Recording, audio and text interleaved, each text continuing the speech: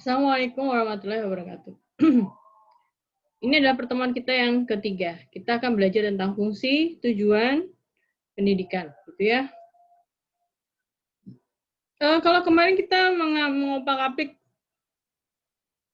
apa itu landasan, gitu ya. Terus fungsinya apa? Sekarang kita gunakan apa itu fungsi pendidikan dan tujuan pendidikan supaya apa sih manfaatnya gitu. Supaya Anda lebih paham gitu ya.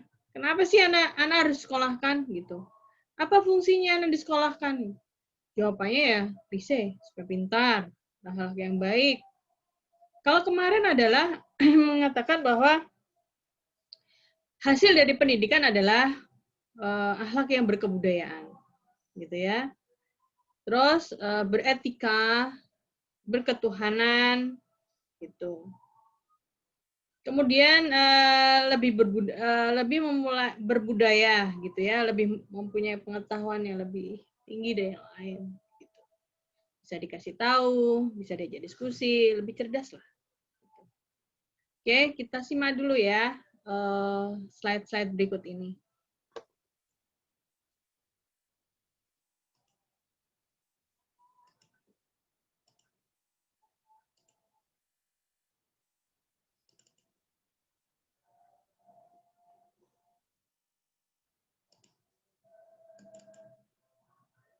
Fungsi, tujuan, dan karakteristik pendidikan SD, gitu ya.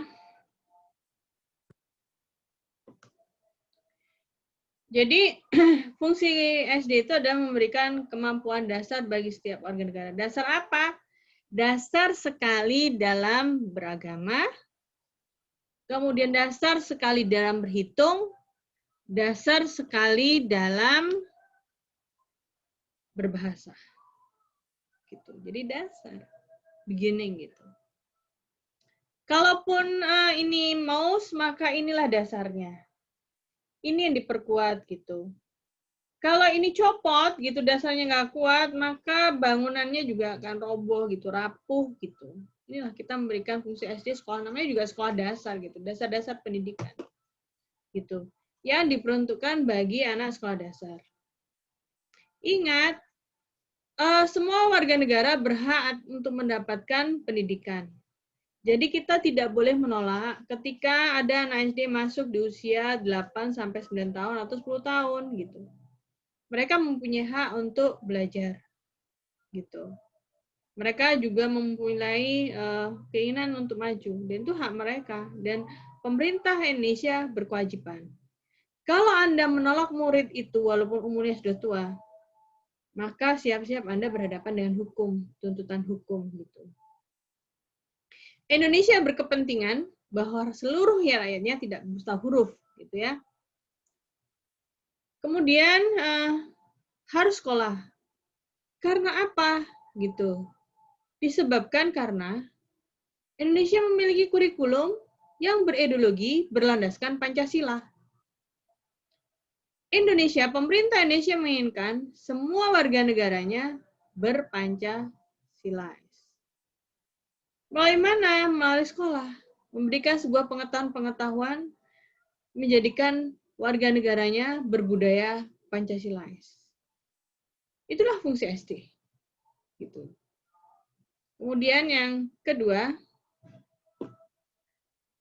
tujuan pendidikan dasar memberikan bekal kemampuan dasar baca, tulis, hitung. Pengetahuan dan keterampilan dasar yang bermanfaat bagi siswa sesuai dengan tingkat perkembangannya.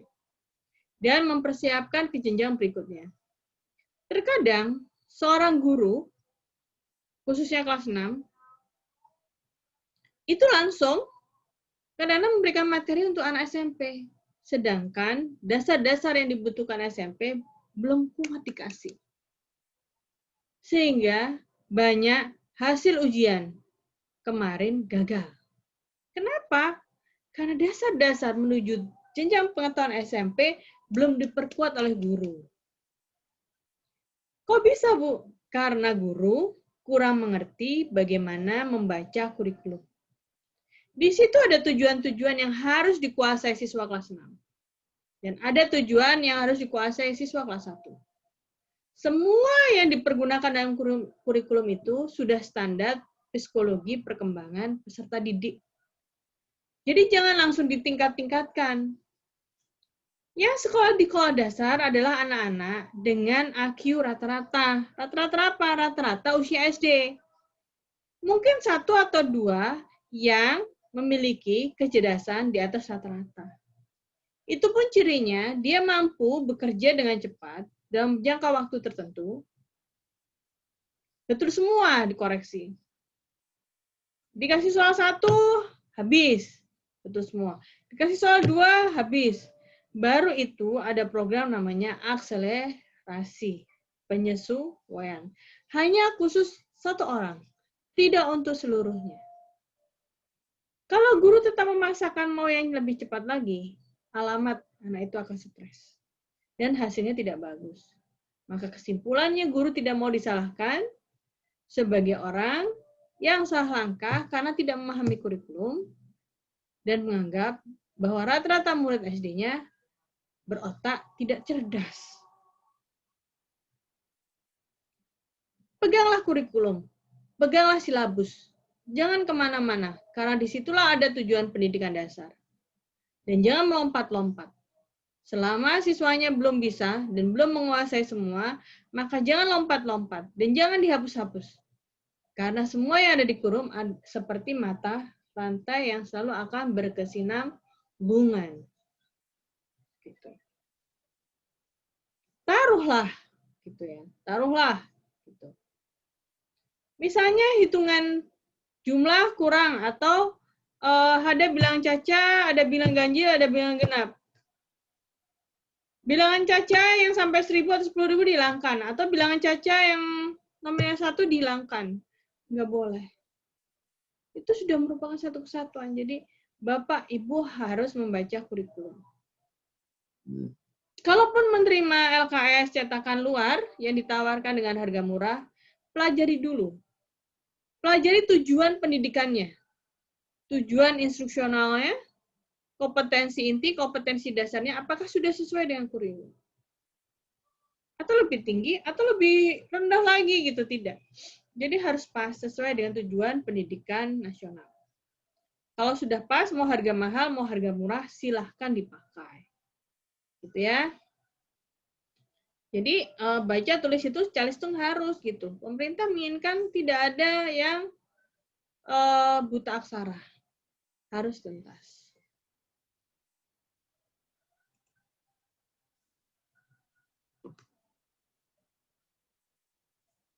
Fungsi SD sudah ya menanamkan kemampuan dasar bagi setiap warga negara yang masih berada di batas-batas sekolah dasar. Oke.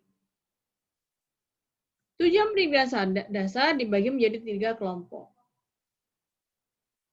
Apa saja? Menanamkan kemampuan baca, tulis, hitung.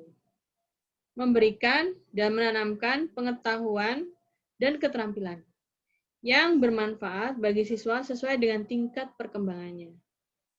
Ketiga, mempersiapkan siswa untuk mengikuti pendidikan SLTP gitu ya. Jadi ilmu inti kemarin sudah saya terangkan bahwa ilmu inti, core of the core, bapaknya ilmu pengetahuan atau ibunya ilmu pengetahuan itu ada 2. 3 ya ditambah agama. Karena kita berpancasilais kan, harus beragama. Yang kedua adalah bahasa dan yang ketiga adalah berhitung. Jadi harus memberikan menanamkan kemampuan dasar baca, tulis, hitung, calistung. Bagaimana jika seorang harusnya yang ideal bahwa kelas 1 itu belum rata-rata harusnya siswanya belum bisa baca. Itu ideal. Atau masih kenal huruf lah rata. Tapi kenyataannya di TK sudah mengajarkan baca, tulis, hitung. Apa akibatnya? Ketika anak itu sudah menginjak kelas 3 merasa bosan, jenuh. Karena seharusnya masa sekolah di TK itu adalah masa bermain sambil belajar, dipergunakan dengan model pembelajaran SD yang harus tertib. Seharusnya di TK itu adalah persiapan bagaimana mempersiapkan mental, kesiapan diri untuk menuju jenjang selanjutnya. Apa SD? Jadi tidak ada istilahnya anak SD di kelas 1 itu rewel, terus malas masuk sekolah, masih minta ditungguin orang tua, berarti kesiapan mentalnya kurang bagus gitu. Itulah ya. Saya pernah mengalami kesulitan mengajar di SD kelas 1 karena apa? Variannya lebih besar lagi gitu. Ada yang 10%-nya itu bisa baca tulis, yang 20 itu masih setengah-setengah, yang sisanya belum bisa baca tulis. Saya pusing gitu. Karena keberagaman. Sehingga saya harus membaginya dan bagaimana strategi saya untuk bisa mencerdaskan semua satu kelas 1 itu bisa baca tulis hitung semua. Gitu. Makanya yang lebih mudah adalah apabila pembelajaran itu bersifat homogen. Rata semua. Kalau nggak bisa baca, nggak bisa baca semua. Kalau bisa baca semua. Sehingga pembelajaran itu akan berjalan lancar, tidak tersendat-sendat. Gitu. Bagi yang inklusi, gitu, kita tidak boleh menolak pasien atau anak cacat, gitu. Harus ada penanganan khusus. Kalau Anda kerepotan, letakkan saja anak-anak yang berkebutuhan khusus itu di depan kelas, di depan meja Anda, gitu. Sehingga penanamannya lebih intensif. Dan jangan diberikan materi-materi yang di luar kemampuan dia. Walaupun teman-teman normalnya sudah lebih jauh daripada dia. Nggak ada masalah. Yang penting kita fokus dia bisa baca, tulis, hitung. Gitu. Terus memberikan dan menanamkan pengetahuan keterampilan bermanfaat bagi siswa sesuai dengan tingkat perkembangan. Iya. Jadi, tadi kan Ibu pengetahuan dan Bapak pengetahuan adalah bahasa, agama, bahasa, dan matematika. Kemudian berkembang lagi gitu ke IPS, IPA, SBK, kewarganegaraan. Dan semua itu disusun di dalam kurikulum SD sesuai dengan tingkat perkembangan. Yang ketiga adalah mempersiapkan siswa untuk mengikuti pendidikan SLTP. Jadi dituntaskan itu kurikulum, apa tujuan kurikulum harus dituntaskan dulu. Jangan menuju materi SLTP, sudah lupakan. Ini diperkuat dulu. Kalau sudah basic dasarnya ini diperkuat, dan ini kuat, maka bangunan di atasnya akan lebih kuat lagi gitu, tidak akan rapuh. Dan akan menjadi cerdas. Saya mengalami anak saya gitu. Saya tidak menuntut pelajaran SMP gitu. Tapi saya memberikan sesuai porsinya. Anak-anak saya di awal-awal tidak pernah menjadi juara. Tapi ketika sudah menuju kelas 5, 6, dan SMP, barulah kelihatan menjadi juara. Karena apa? Dasarnya diselesaikan dulu sesuai dengan keinginan kurikulum. Gitu ya. Oke. Karakteristik pendidikan SD, siswa SD berusia 6-12 tahun yang menjadi siswa SD. Guru dituntut menerapkan semua mata pelajaran SD. Kurikulum SD merupakan bagian pendidikan dasar, sudah saya terangkan. Pembelajaran SD tidak bisa dipisahkan dari tujuan pendidikan. Iya, tidak bisa dipisahkan. Sudah mulai dari kita harus berpegangan terus dengan kurikulum. Kalau seandainya prestasi akademik atau prestasi kelulusan siswa di sekolah tersebut rendah di suatu SD tertentu, maka akan didatengin dinas pendidikan. Yang ditanya terlebih dahulu adalah gurunya. Tidak akan dikatakan bahwa siswa itu bodoh. Tetap yang bertanggung jawab mencerdaskan adalah guru. Maka yang ditanya adalah kepala sekolah apakah sudah mengawasi guru-guru itu menggunakan kurikulum nasional. Gitu. Dan sejauh mana penguasaan guru itu terhadap kurikulum nasional. Karena di situ terletak materi-materi yang harus disampaikan kepada siswa sesuai dan pas dengan tujuan pendidikan yang berada di dalam kurikulum. Jadi itu. Anda nggak usah perlu tinggi-tinggi, bingung materi apa, udah pegang kurikulum. Kalau nggak ngerti kurikulum, silabus lah pegang. Gitu ya. Oke, paham? Ya.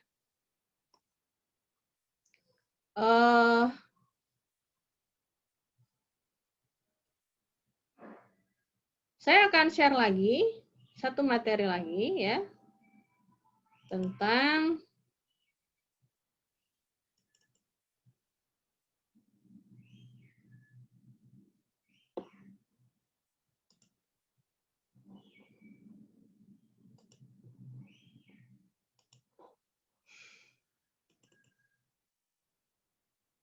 tujuan pendidikan yang secara nasional ya.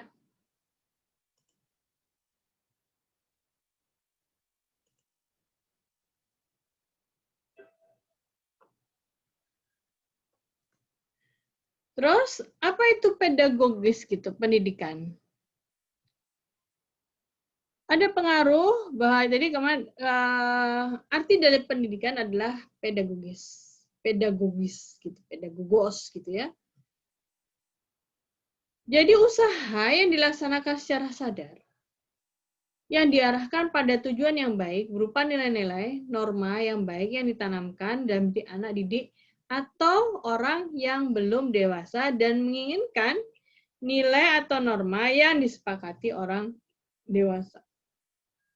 Itulah namanya pedagogos atau yang sekarang pendidikan. Jadi usaha yang secara sadar gitu diarahkan untuk pencapaian tujuan. Berupa apa? Nilai-nilai, norma yang disepakati oleh orang dewasa dan menginginkan adanya perubahan anak-anak, anak didik ini untuk sesuai keinginan orang dewasa, gitu ya. Jadi ketentuan pendidik itu orangnya sudah harus dewasa, gitu ya. Teori mendidik anak, teori tabula rasa, saya pernah mengatakan bahwa kita tidak boleh mengatakan anak itu bodoh. Kita berprinsip pada teori tabula rasa. Anak itu dilahirkan dalam kondisi kertas putih. Orang tuanya lah yang mencoretnya untuk menjadi Majusi, Nasrani, atau Muslim. Jangan salahkan anak. Jangan katakan anak nakal ketika tidak memahami materi yang kita terapkan atau kita ajarkan. Teori nativism. Tiap-tiap anak sejak lahir sudah memiliki pembawaan yang akan berkembang sendiri menurut arahnya masing-masing. Negara dan pendidikan. Tadi sudah saya katakan bahwa negara bertanggung jawab terhadap pendidikan. Dan guru akan diberikan landasan-landasan, peraturan-peraturan yang mengikat. Supaya apa mengikat? Supaya guru itu bekerja secara profesional sesuai yang diinginkan pemerintah. Jadi diikat. Kalau sampai ibu-ibu guru dan bapak guru ini melanggar, maka sanksinya adalah hukum. Itulah dinamakan landasan hukum pendidikan. Jadi kalau Anda sudah berprofesi pendidikan, Anda harus paham landasan pendidikan secara hukum. Hati-hati, berhati-hatilah. Jangan sampai Anda bersinggungan dengan hukum. Gitu. Guru itu adalah warga negara terhormat. Karena perannya dia adalah mencerdaskan kehidupan bangsa. Kalau etika Anda tidak beretika atau menyalahi hukum pendidikan, Anda tidak paham dengan landasan hukum pendidikan, Anda akan dipenjarakan. Karena kecerobohan dan kurang kehati-hatian sikap pembawaan yang Anda bawa sebagai seorang guru. Gitu ya.